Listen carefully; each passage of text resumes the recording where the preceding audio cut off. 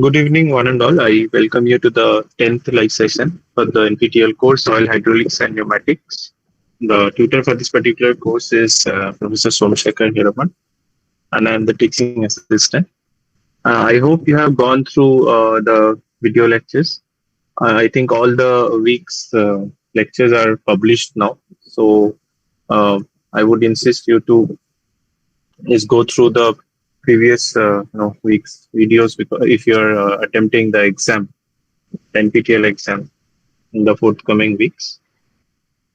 In today's session, we will be Lokesh, you have raised your hand. Please unmute and ask. Sir, I have a doubt Uh, regarding exam, sir. please, tell me. Sir, the mode of exam is pen and paper, sir. How come the exam be, sir? We need to write the answer step by step, sir. Yes. If it's a pen and paper exam, you should be expecting numerical based questions and both you have to write them or it can be some MCQ. But based on my previous experience, we have received answer booklets from previous years, so most of them had theoretical questions as well as numericals both. Sir, for So numericals, we have yeah, to solve step by step and we have to proceed the answer, sir. Or just we need to write the answer alone, sir. no, you have to proceed step by step for approaching the answer. It's a written type exam, right? Not online, as far as I know. It's a written exam, no? Okay, sir. It's a written exam. Yeah, you have to go to the center, write the exam. You have to solve the numericals, just like you attempt semester exams. Similarly, you have to go here. Okay, sir. The pen Yeah. and all they will be providing us, sir, or we need to carry, sir. Basic stationaries you carry with you. It will be mentioned in the instruction sheet. It's there, I guess, in the NPTEL website. You can check there.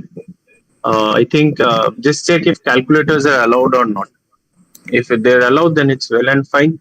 If they're not allowed, then you can expect very simple calculations in the numericals. Like the numericals can be twisted based on what topic it is being asked from, but the values will be simple. Okay.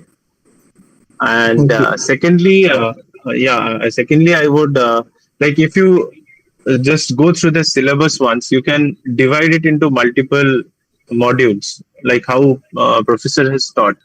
So suppose you take up the topic of pumps. So there will be numericals from different types of pumps, right? Then you have numericals based on motors. Then you have hydrostatic. Then you have transmission systems where both pumps and motors come into picture. So we have solved many numericals based on this in our live sessions. You can just go through them. I hope you attend the live sessions regularly, so it won't be a problem. And that is one part. Then you have come to the hydraulic circuits. So in hydraulic circuits also design of the circuit, what type of elements are to be used in the circuit. So those will come from practice. So I would ask you to practice all the hydraulic circuits that have been taught by professor in the lectures, and also some twists. Like twist means there won't be direct questions from what has been taught, but yeah, you can relate them with what you are studying. Then you have pneumatic circuits. Then there are these things, auxiliary elements that are being used. So some numericals are also there from accumulators, then your design of conduits. So these things may come. Then leakage through your valves. There also you can expect some numericals. Yeah, Thank you, sir. is that fine? Okay. Uh, yeah, Dwachita, did I spell your name correctly? Did I pronounce it name correctly? Yeah, actually Yeah, Swachita. Yeah, Yeah, actually, yes, yesterday Rachita, tell. we have received a sample question paper Huh, huh. to the mail. Yeah, actually, in that, only they given for 50 marks. Another 50 marks they haven't provided. Means, can we expect like 50 marks, like question and answer, like including problems, and another 50 marks for the MCQs? See, that pattern is decided solely by the professor based on, based on some standard. Uh, what will I say? Some standards that are being set by NPTEL. That these things are like these are preferences of the concerned professors. So you should be prepared for both. Like MCQs will be there. It can be either MCQs or short answer type questions.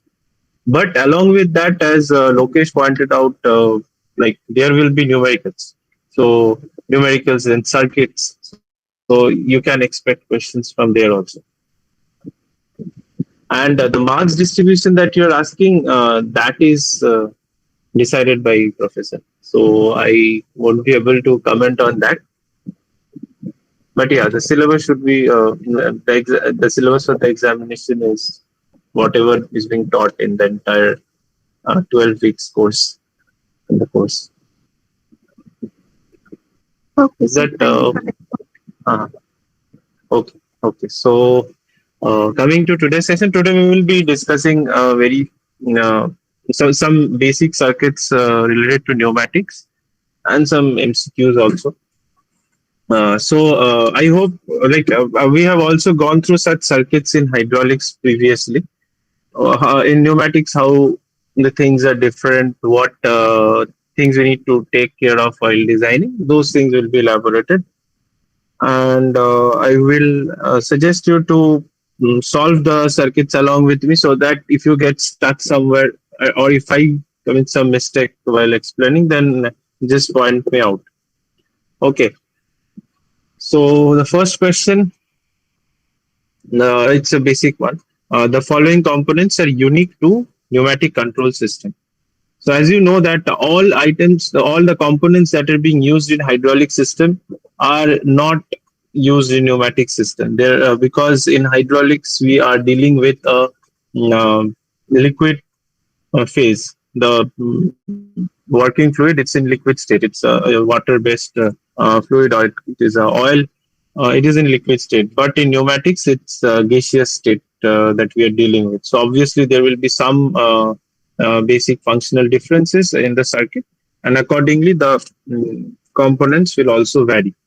So coming to the options, cylinders are present in both hydraulic and pneumatic circuits because they are the functional elements. Like they are the end effectors that are being used. They are the actuators.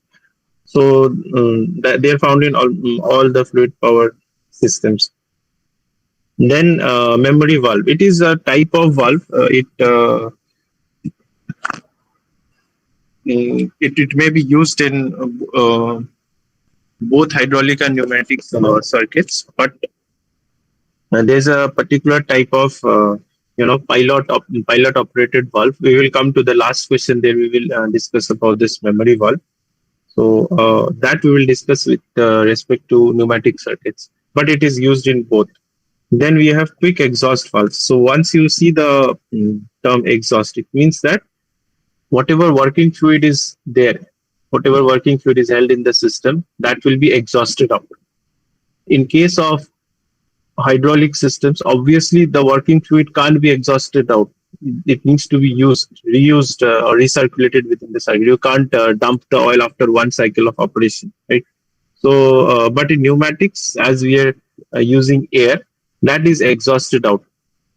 It is not required to again recirculate it, again reprocess it, and use it.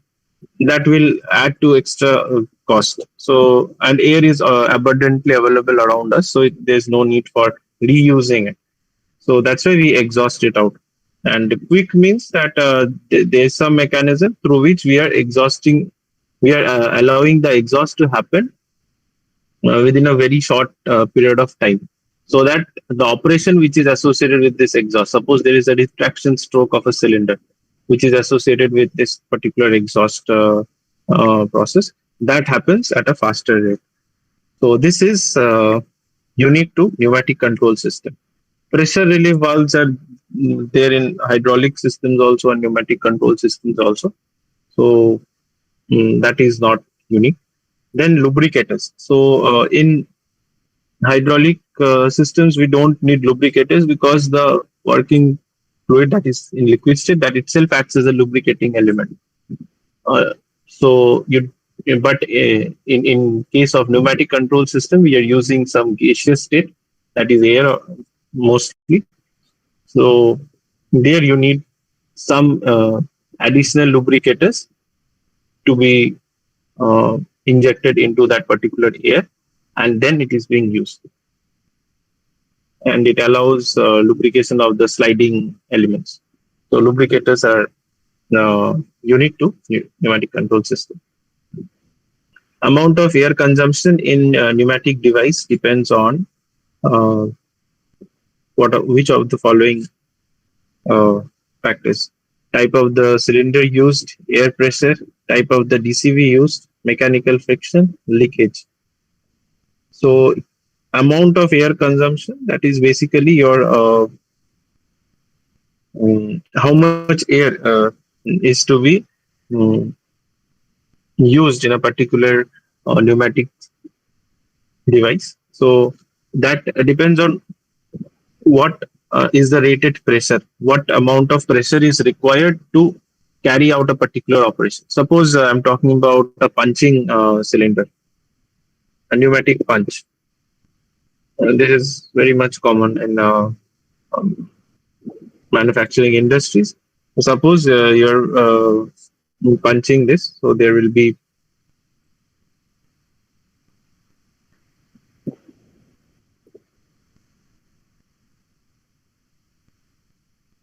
so this the force at which it will be hitting the sheet, say,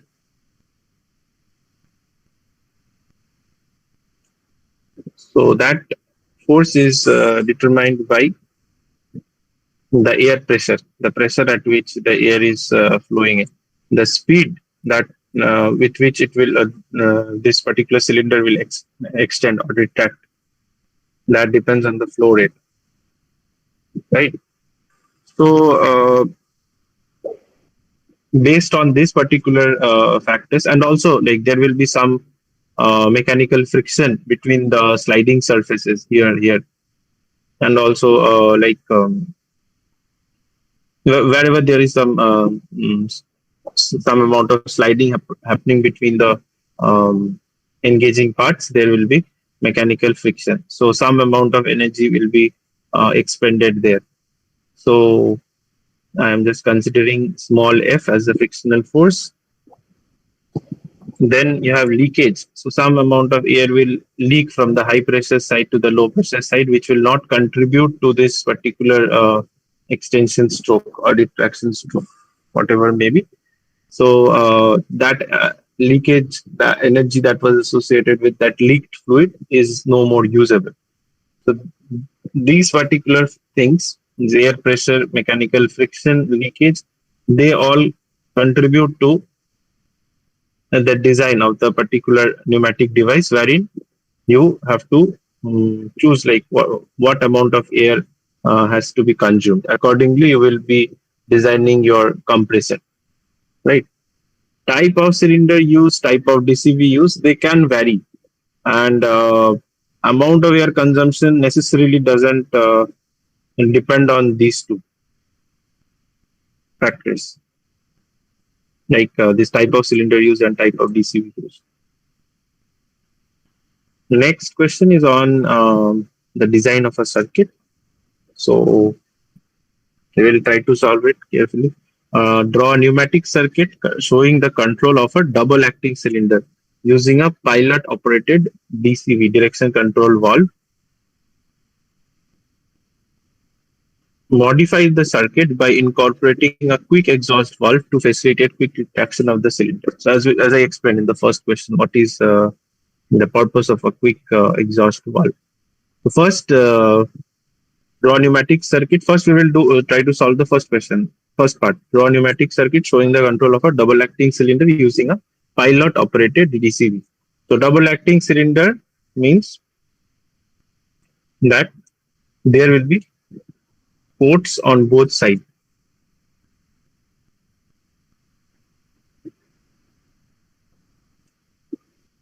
Okay, and generally while designing any circuit, while drawing any circuit, it should be kept in mind that you are drawing the return stroke.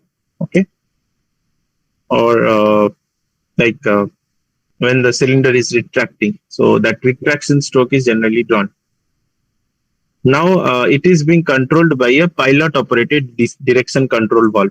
Pilot operated means the signals that it is receiving, there some fluid power like fluid signals, not electrical signals or your mechanical push button type or lever type thing. It should be some fluid power signal. Okay. Now, since it's a direction control valve,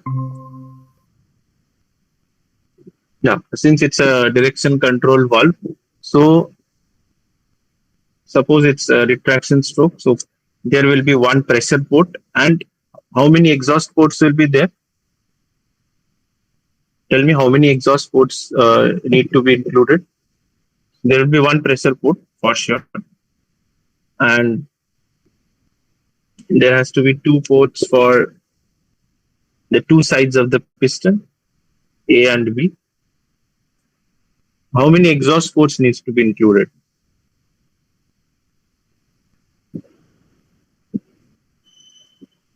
For pneumatic circuits, we have two separate exhaust ports. For hydraulic circuits, we have a return line or return port. So both the return ports from A and B are together connected to a single return line. Whereas in case of pneumatic circuits, you don't need the air to be returned back, right? You just want to exhaust them, so you can afford two separate exhaust ports here. Okay, one from A and one from B. So during the return stroke, your pressure port should be connected to the B port, right? Only then fluid will flow to the return side, and fluid will flow out from the A side. And as I said, that A will be connected to exhaust port E. So this particular exhaust port on the other side will be closed, this one. And yeah, P means it will be connected to the power source. Now it is said that it is a pilot operated DC. Okay, so this is the return side configuration. What will be the extension side configuration? It will be simply P will be connected to A port. So already you have labeled A and B here, P, E, E here. So you need not label them again on the left configuration. You just draw.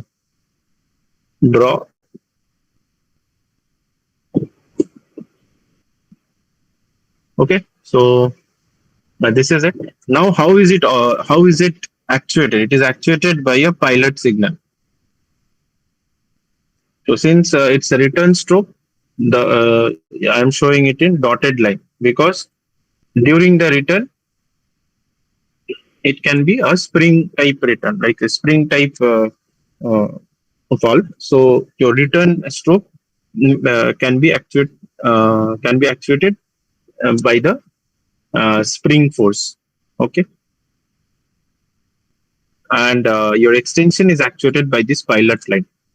So how is the pilot line connected? Your pilot line is again actuated using another valve, another direction control valve.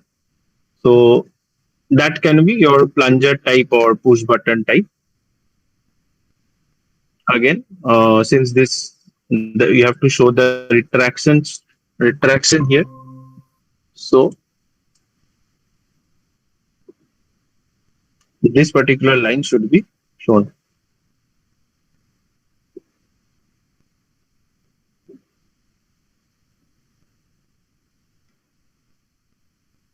Okay, so now you have the power source, you have the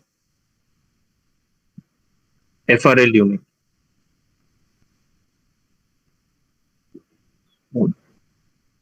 filter regulator lubricator unit. Okay, and yeah, this line should also be connected here, and you have to label this.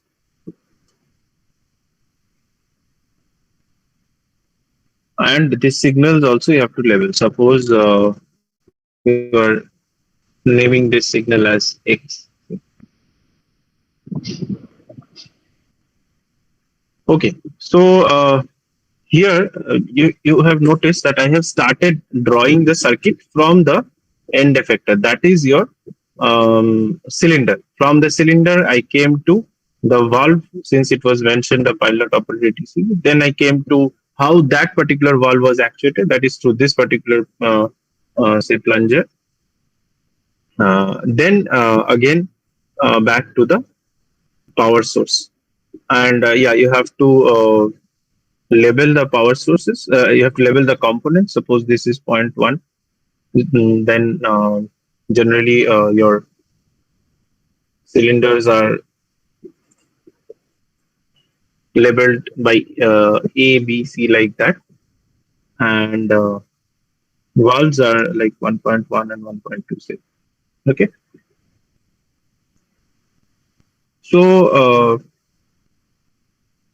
the circuit is correct, but when you are drawing the circuit, generally it should be like the other way around. You should start from here, then you should slowly go to here, right? So that depends on how you are comfortable. I was comfortable more in the other way around, so I did that way. Now the second part of the question that I will try to do it from the power side, from the power source side. So it is asking modify the circuit by incorporating a quick exhaust valve to facilitate quick retraction of a cylinder. Okay, so I'm just coming to the first question once again. In this question, you are just asked to draw the circuit. You can expect a question wherein you are asked to analyze the circuit. So you have to first draw it and then analyze it. In the analysis part, what you have to show, like this is the retraction stroke. You have to also show the extension stroke and explain. Suppose what will happen when I will push the plunger T1. So if I push this particular plunger T1, then this configuration will become active rather than this one. So now your pilot signal will get this particular valve 1.1 receives the pilot signal X, and this configuration will now become active. I am showing it with using red ink, and this will carry the air to here, and from B side it will come to the exhaust port here, and it will be exhaust. Okay, so this is what it will happen when I press the plunger T1. So I am showing it in the same circuit. This is not the correct one. You have to show it in a different circuit. The extension stroke, whatever I drawn in red, no, that you have to show in a different circuit. So your space constraints, I didn't again redraw it. What you got? Okay. Now coming to the second part of the question. What if you want the exhaust stroke of this particular piston A to happen at a very high speed? So, sorry, the return stroke, you want the air to be exhausted out through a quick exhaust valve so that your retraction stroke is quick.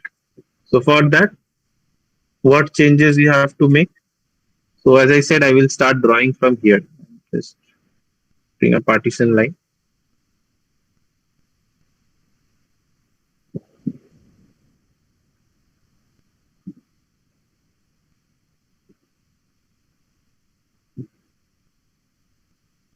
So this is your power source.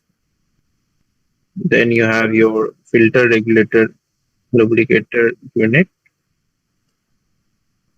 Now you can't directly feed this to your this particular valve, right? Pilot operated valve. You have to feed this to some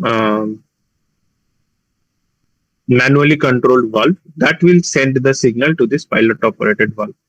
So you draw a manually controlled valve here.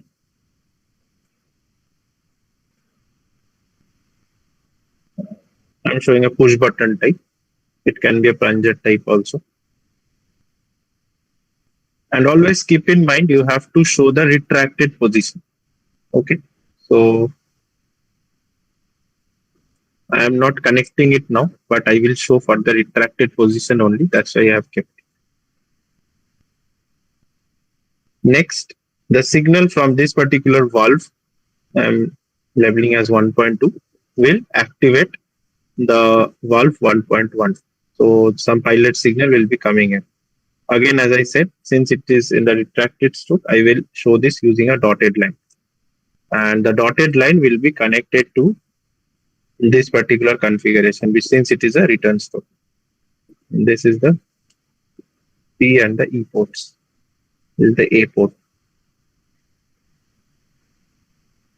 Remaining everything is same. So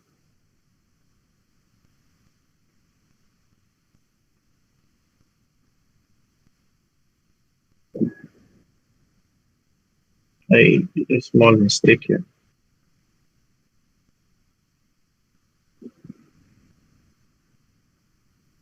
This and this will be closed. Okay.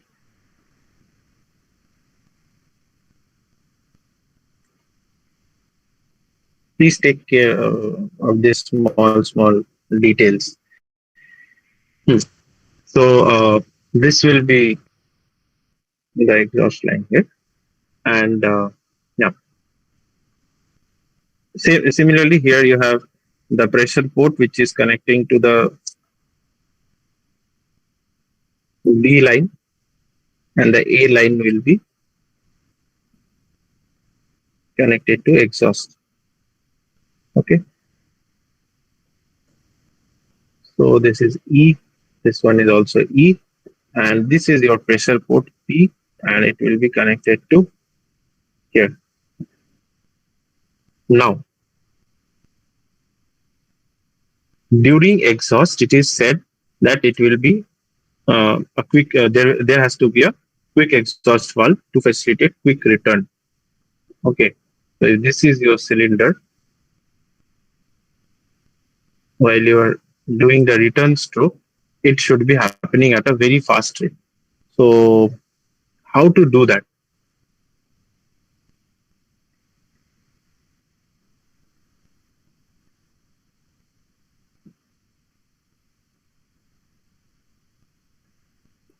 How to do that? Like what element needs to be added so that it facilitates.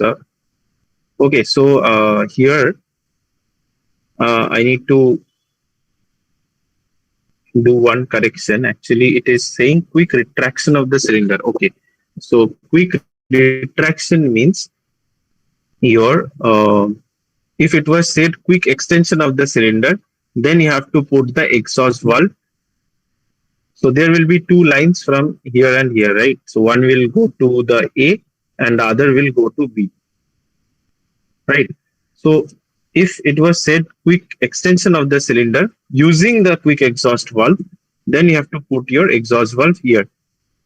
If it is saying quick retraction of the cylinder, that is the air that is coming, it will be quickly exhausted from here. In that case, you have to put the exhaust quick exhaust valve in this line.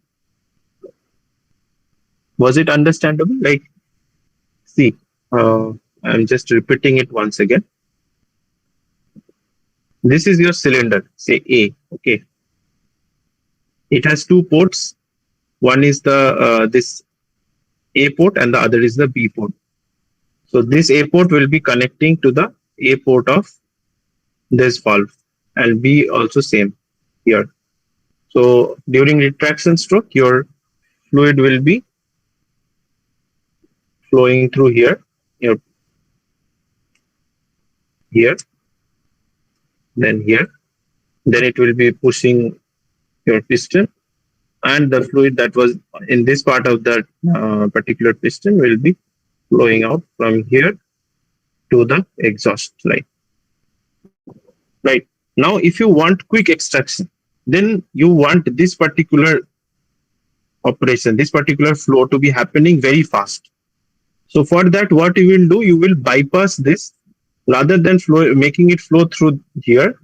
What you will do, you will bypass it through a quick exhaust valve, QEV. I'm just writing it, quick exhaust valve. So that will facilitate very quick retraction of the cylinder.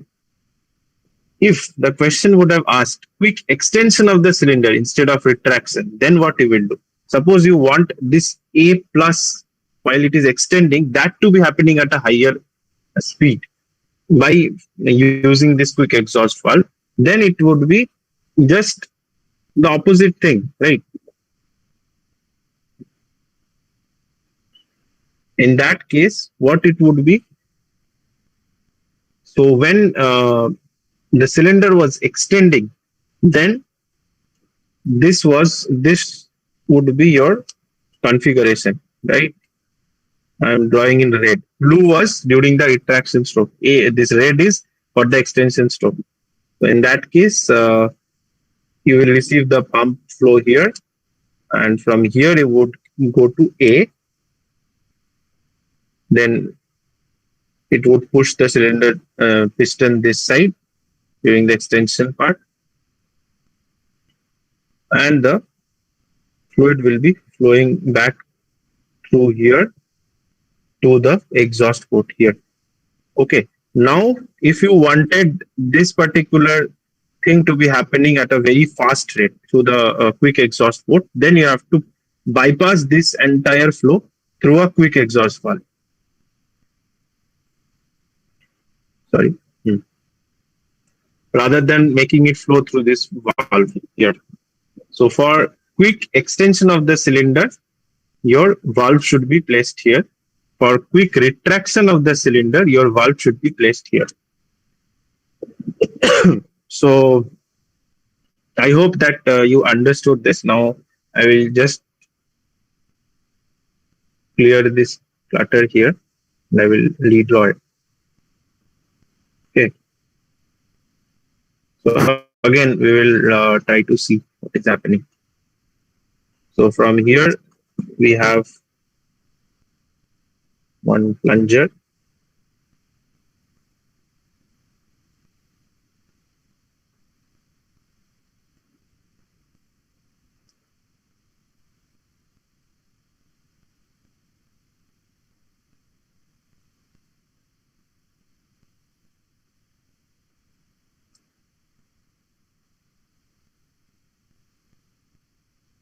And you have another valve here,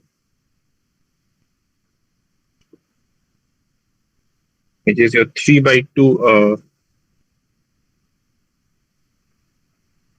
direction control valve.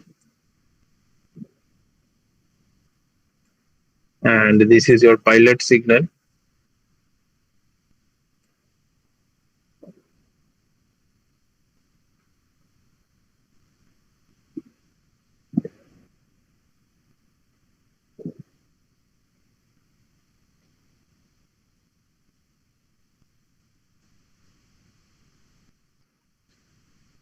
Now you have your cylinder here, double acting cylinder, retraction position. Okay, so as I explained, for quick exhaust, for quick return, your quick exhaust valve should be placed in between this port and this particular port, this A port here, and the corresponding A port here. So here I am just drawing using a different color just to highlight it.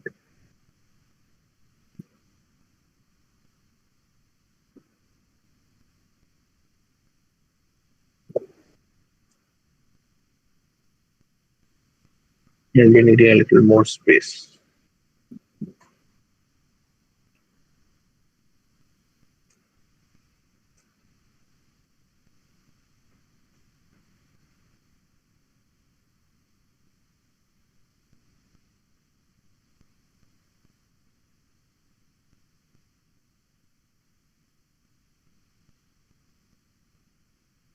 Hmm.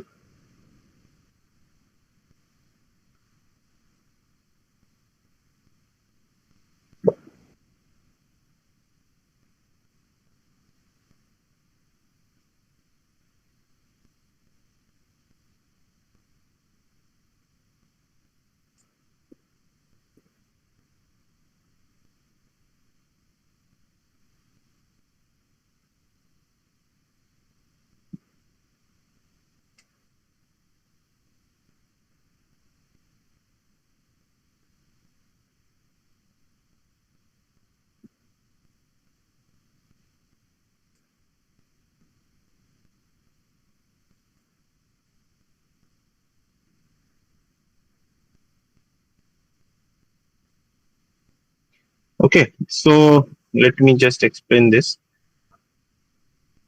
What is happening? So now your air is flowing like this during the retraction. Retraction is happening at a fast rate since the question asks quick retraction.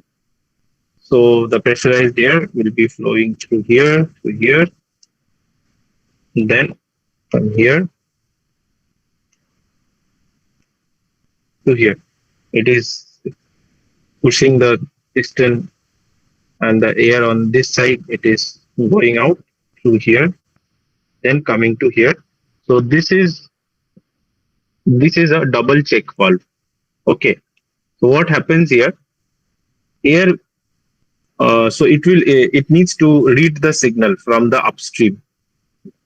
It needs to read the signal from the upstream, and accordingly, what it will do, it will shift this particular non-return valve, this particular valve or the check valve to the right side. So what happens upon this? The the fluid flow to this through this particular line, it is arrested. It is arrested by this particular check valve. So now it is forcing the liquid to flow through this line only. It is open now. It is going out, and this is your quick exhaust valve. Or the this is your silencer. So you have baffle plates. Since a large amount of air will be flowing out through here, so obviously there will be conversion of that fluid energy into sound energy.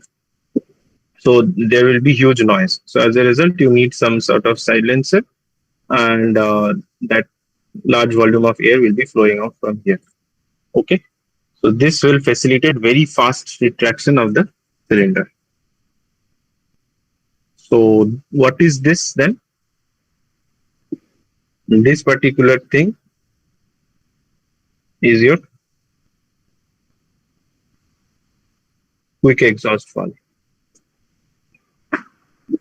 And mind you, I am again saying for quick retraction, this particular quick exhaust valve should be placed on this line.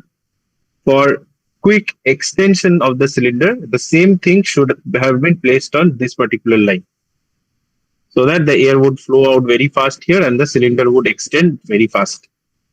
Okay. For quick extension, I'm writing here quick extension. For quick retraction, the red one will follow. Okay. So I hope you understood this. I spent quite some time on this question. If you have any doubts, you can ask me now only. Any doubts related to this question? You just try to do this circuit again and again. Then it will be clear. So this is your quick exhaust valve.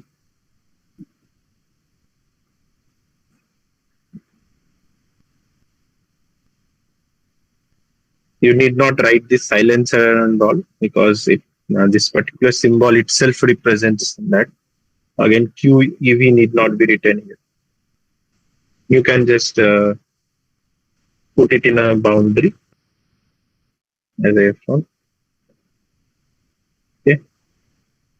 And obviously, once you have drawn any particular valve or any particular component, it needs to be labeled. And here, generally at the bottom here, you have to write what is, say, suppose this is 0.1. So what is 0.1? 0.1 is your filter regulator lubricator unit. 1.2 is your uh,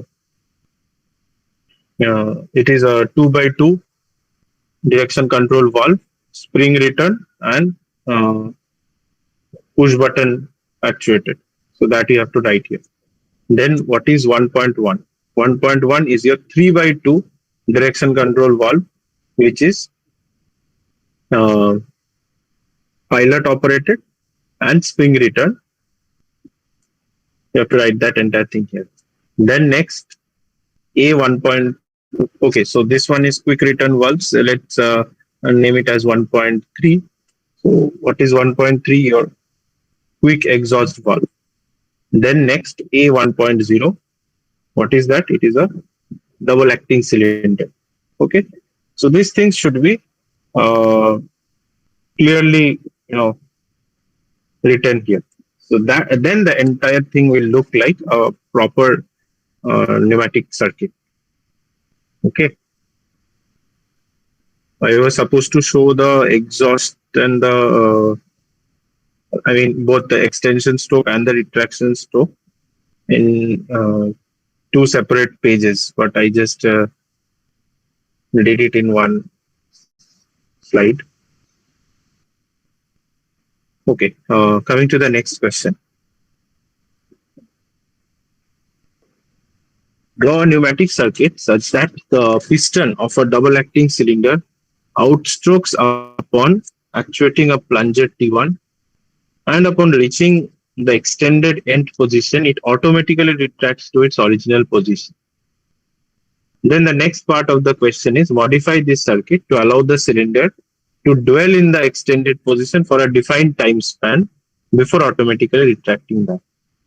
So just giving you an example, suppose you have a particular pneumatic cylinder here, which will try to push a particular tray, say load. There is a particular tray here that needs to be pushed from this position to, say, this position. Okay. So when you are pushing the plunger T1, as when the operator pushes the plunger T1 of a particular valve, this extension stroke will take place. And just as this particular trolley is reaching the final position, say here, so this is the initial position I, this is the final position F. As soon as it is reaching here, automatically this particular cylinder will be retracting back. Okay. So automatically upon reaching here, when the trolley reaches here, the cylinder will retract back. Okay. The operator need not have to again press another button for this retraction operation to happen. So this is the first case. Second case is, suppose like when it is extending, it extends the trolley till here, say.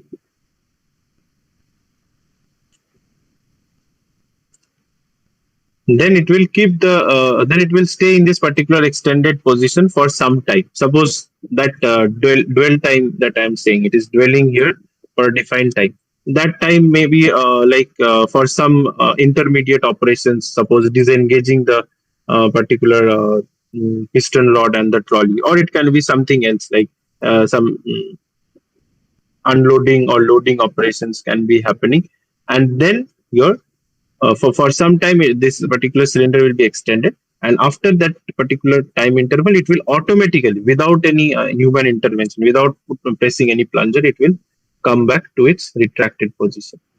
So these are the two tasks that you have been asked to carry out by designing a pneumatic circuit. So first we will try to attempt the first one.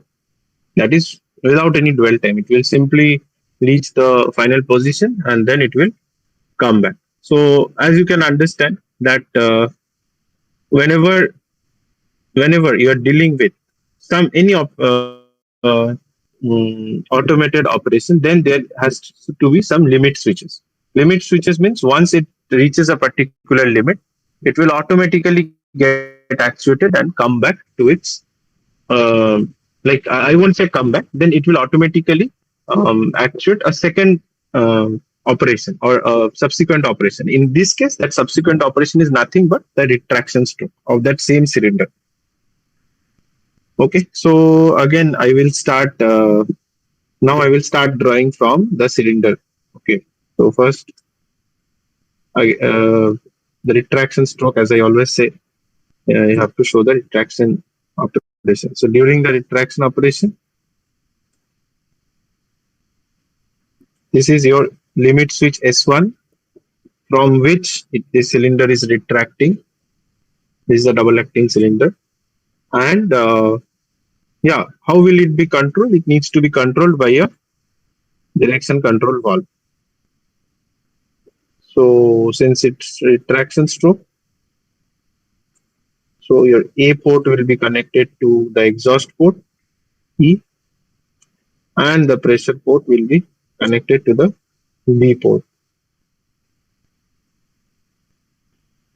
And the third exhaust port will be blocked.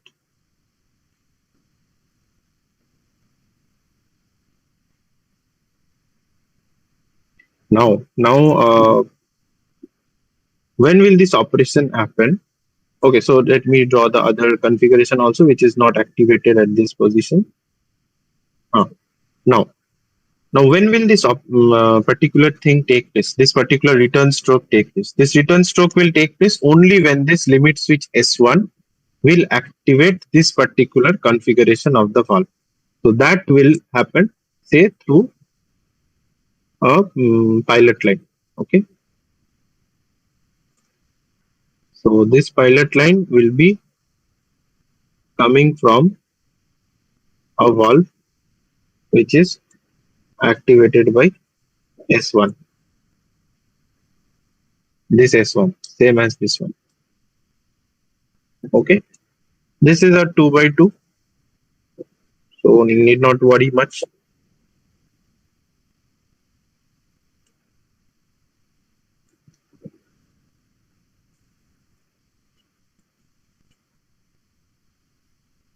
So at this position, since it's retracting,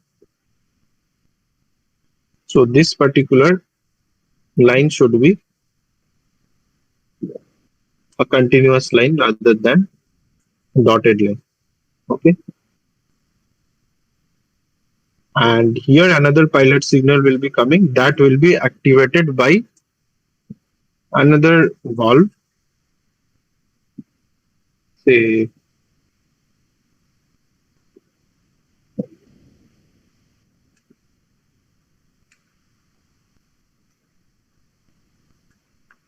like this. So now it is in this position because it's the retraction stroke, and this is a plunger operated T1. Here, here, and here, all will be together connected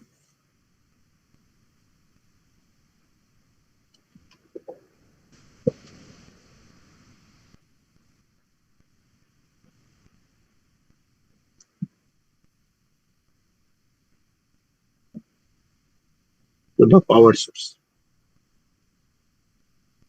Okay, now just let's try to analyze it. Okay. So what will happen? Suppose you press the plunger T1. So again, I am showing in the same circuit using red in color. This is not the correct one. You need to draw a separate circuit to show what will happen as you push the plunger T1. If you want, to explain the circuit. If the question asks you to explain the entire operation, then you have to draw the extension of the extension operation also. So when you push the plunger T1, what will happen? This particular configuration will get activated. So from here, this will go here. Okay. At this point of time, there shouldn't be any flow happening from here. So it should be in the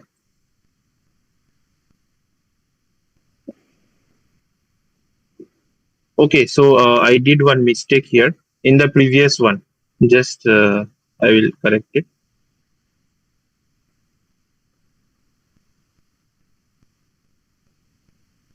So before analyzing the circuit, this shouldn't be like this. It should be dotted only. Why? I will tell you now. Okay, so now let's explain from here, from the first. So as we are pressing T1, your flow will be happening through the pressure port here, and this flow come to the pilot line to this particular valve, and this configuration will get activated. So now the flow will be happening like this. You can follow the red lines. Now from here to here, it will apply pressure on this side and it will extend it. Okay, this will extend. And the fluid that was present here, it will go through this, through the exhaust valve E. It will exhaust out. And this part will remain idle. That will not cause any difference because the pressure line, it's connected here. It's blocked. And this is connected to, this pilot line is connected to exhaust line. So there is no need to worry. Okay. Now what will happen, as soon as this cylinder goes and touches this particular switch S1, limit switch S1, then what happens? I am denoting it using green color. Okay. As soon as it touches this particular switch S1, this will get activated. Then what will happen? Pump flow will come to this particular position. This particular configuration will get activated. And from here, the flow will happen. Okay. And this initial plunger, it was a push button type. Like as soon as you release it, again it will come back to this particular position. Okay. So then this would be dotted again. You shouldn't hold it. If you hold this one, what will happen? Both these signals will come and it will cause a signal conflict, which is something that is not desired. So to avoid that, you will just push the plunger, allow the liquid to flow, and then release it. So what will happen as soon as you release? Like once it goes here, you have to release it. So as soon as you release, this particular signal will be cut off. Say this is X, this is Y. So X will be cut off, and you will receive from Y only as it presses this S1. So now what will happen? Now the fluid will flow like this. This particular thing will get activated from here to here. It will apply pressure this side, and the liquid will flow out from here to the exhaust port. Okay. So now as you understood that there is one possibility of signal conflict here. Why? Because when your S1 is getting activated, it is just touching and this flow is happening, right? If during the course of the return stroke, if there was some signal here, if it didn't retrieve back to its to this configuration, then what will happen then? There will be some signal here y, and as you are pressing T1 again, there will be another signal here x. X and y will together create a conflict here. This valve won't be realizing any of these particular configurations. It will be in a state of confusion. Which configuration will I put? So we will come to a subsequent question wherein such problems are coming, and we have to tackle that. Now I am just removing all the clutter and bringing the original circuit.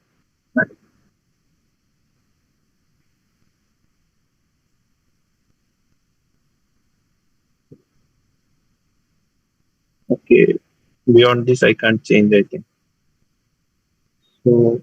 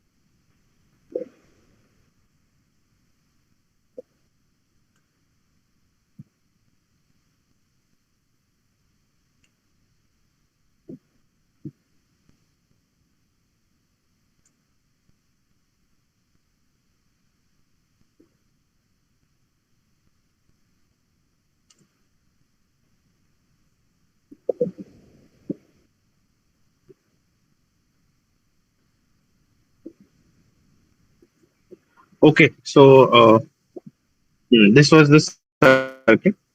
Now, yeah, as I said that you should label all the parts and you write down here what are the parts.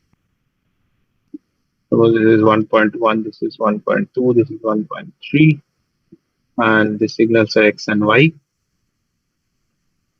and this is a minus a 1.0. So you have to write down here what are these particular notations meaning. Next question is you need to hold the particular piston in this extended position. Okay.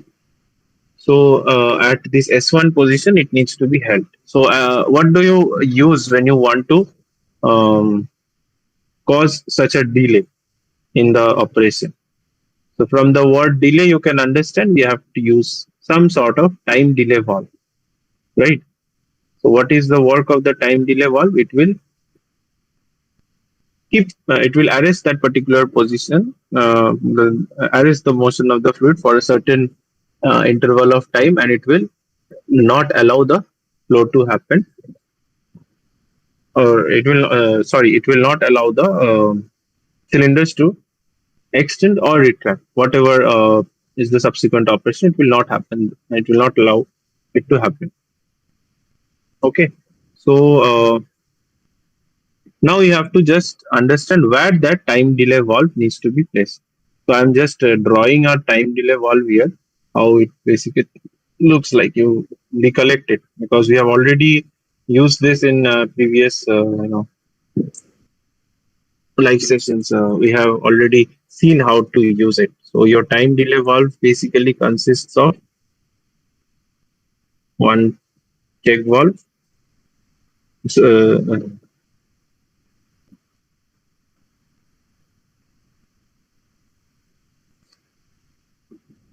then you have one accumulator.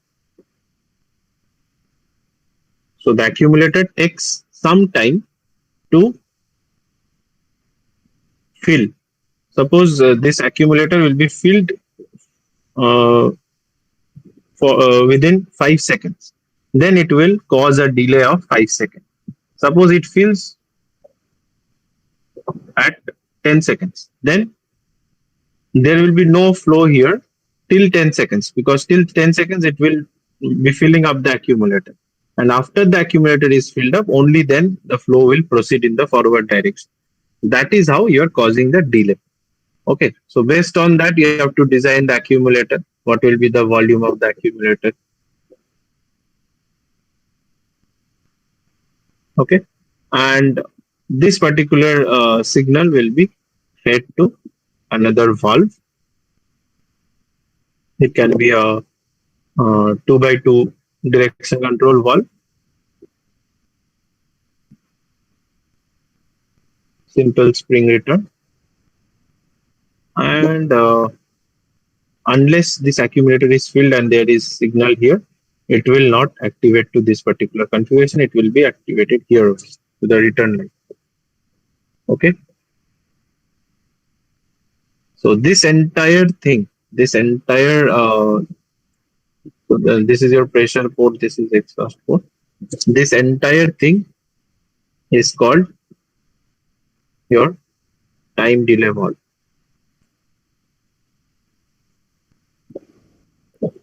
Now you have to understand where to place this time delay valve to realize the aforementioned operation, right? So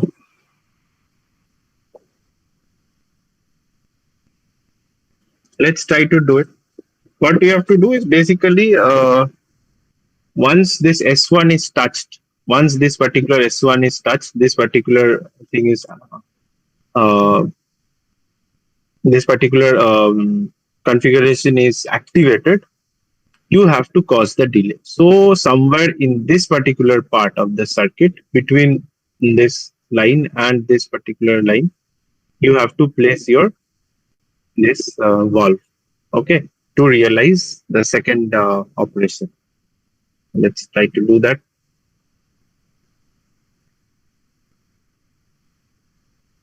So this is your time delay valve.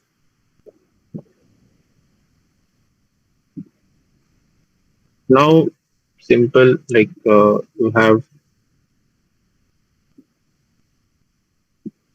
one cylinder here. As I always say, you have to show the retracted position. Okay.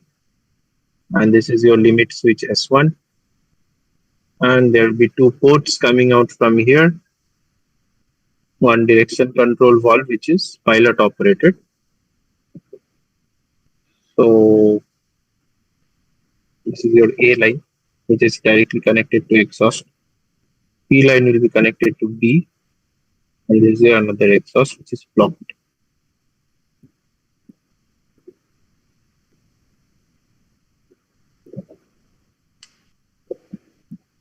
Similarly, there is another configuration.